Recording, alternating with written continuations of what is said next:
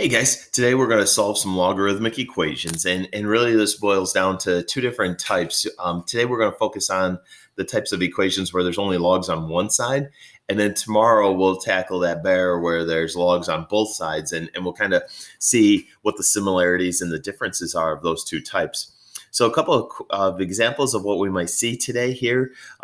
This first example is a lot friendlier than the second one. We've only got one single log term here, so we're in a great position where we can convert it to exponential form right away. What you're seeing in the second example is we've got to use our log properties to condense this left side into a single log, and then we can convert it to exponential form. So quick game plan here. And a lot of times these game plans could be a little confusing until we get into a live example and whatnot. But the first key is we want to express the equation in this form right here. In other words, we want to really get it into a single log. And a lot of times there's going to be more than one log on the left side. And like we said, we're going to use our log properties to condense it. After we do that, we're going to use the definition of a logarithm to rewrite the equation in exponential form. All we're saying is once you get to log base b of m equals c, we're going to use what I like to call around the world and rewrite it as b to the c equals m. And then you're in a great situation to solve for the variable. So if you want to summarize that second step, you can just say, use around the world. So again, step 3 is solve for that variable. And then number 4, sometimes checking these solutions is a bigger deal, with certain types of equations. And today it really is a big deal. You're going to take these proposed solutions, whether you get 1 or 2 or 3, however many you get, and reject any proposed solution that produces the log of a negative number or the log of 0. So just to clarify, your solution can be a negative number as long as when you plug it back into the original, you're not taking the log of a negative number. So hopefully we'll have an example where we can see that come to life. Whoopsie daisy. Okay, so this one, what we like about our first example is we already have the single log on the left-hand side and it's already isolated, okay? We don't have any coefficients right here to take care of. So I'm going to go ahead and go around the world, and I'm thinking, okay, I've got a base of 4. We're going to raise it to the second power and set that equal to the quantity x minus 2. So let's see, 4 to the second power equals x minus 2. 16 equals x minus 2. So x equals 18. That's my proposed solution. I'm going to plug it back into the original here. Log base 4, I've got 18 minus 2. Or in other words, log base 4 of 16 equals 2. And that's the key. You want to look at this number right here. As long as this number is positive, it's not negative, it's not 0, you're good to go, and it's going to check. In our second example, we do have at first I thought, I've got just a single log. I can go ahead and perform around the world and convert it to exponential, but I do have to take care of this coefficient first. And you do have a couple of options. By far, the simplest option in this case is just divide both sides by 3. And one of the reasons that makes that such an attractive option is that the 12 is, evenly divisible by 3. So now we're left with the natural log of 2x equals 4. And we've got this invisible base of e, and I'm going to go around the world. And we could say we've got a base of e raised to the 4th power equals the quantity 2x. So e to the 4th equals 2x. Divide both sides by 2 and you got it. So we'll just say x equals, e to the 4th divided by 2. Or if you prefer, you could say 1/2 e to the 4th. Either way, that's a great solution.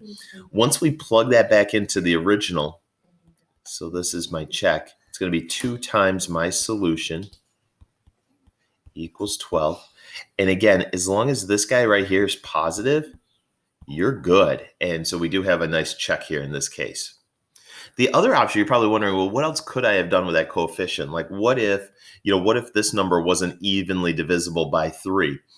What you could do is move that to the exponent. So you could go ln of 2x to the 3rd power equals 12 and then go around the world. I think it would have been a touch more work in this case, but it would have got you to the same end result. All right, let's see what else we got cooking here.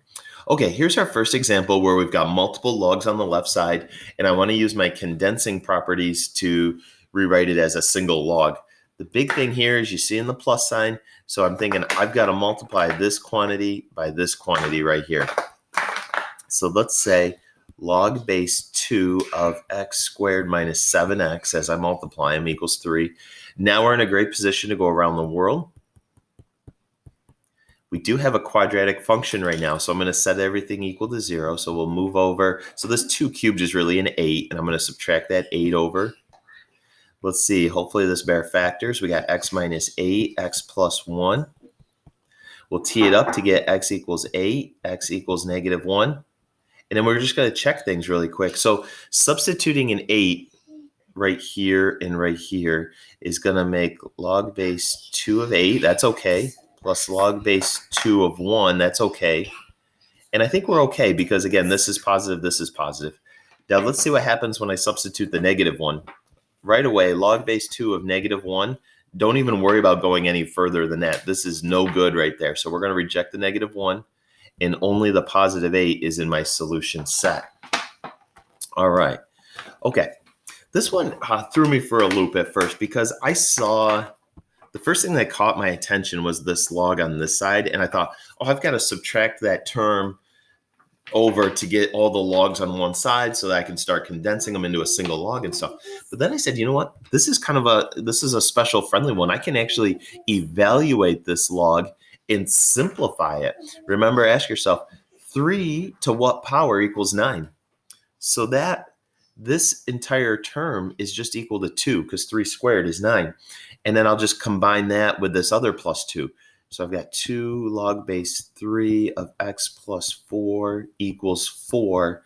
And then I need to do something with this coefficient. And I think, again, the simplest thing to do is just divide both sides by 2 to get these bears to cancel. So you go log base 3 of x plus 4 equals 2.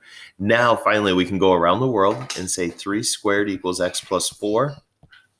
And so that's a 9. Subtract the 4 from the 9 to get 5. And then checking our answer, substituting a 5 right here definitely makes this quantity positive. So we're okay. And we'll say our proposed solution does check, and our solution's just that 5. So hopefully that was a good warm-up. And I think we're ready to go. So let's give it a shot.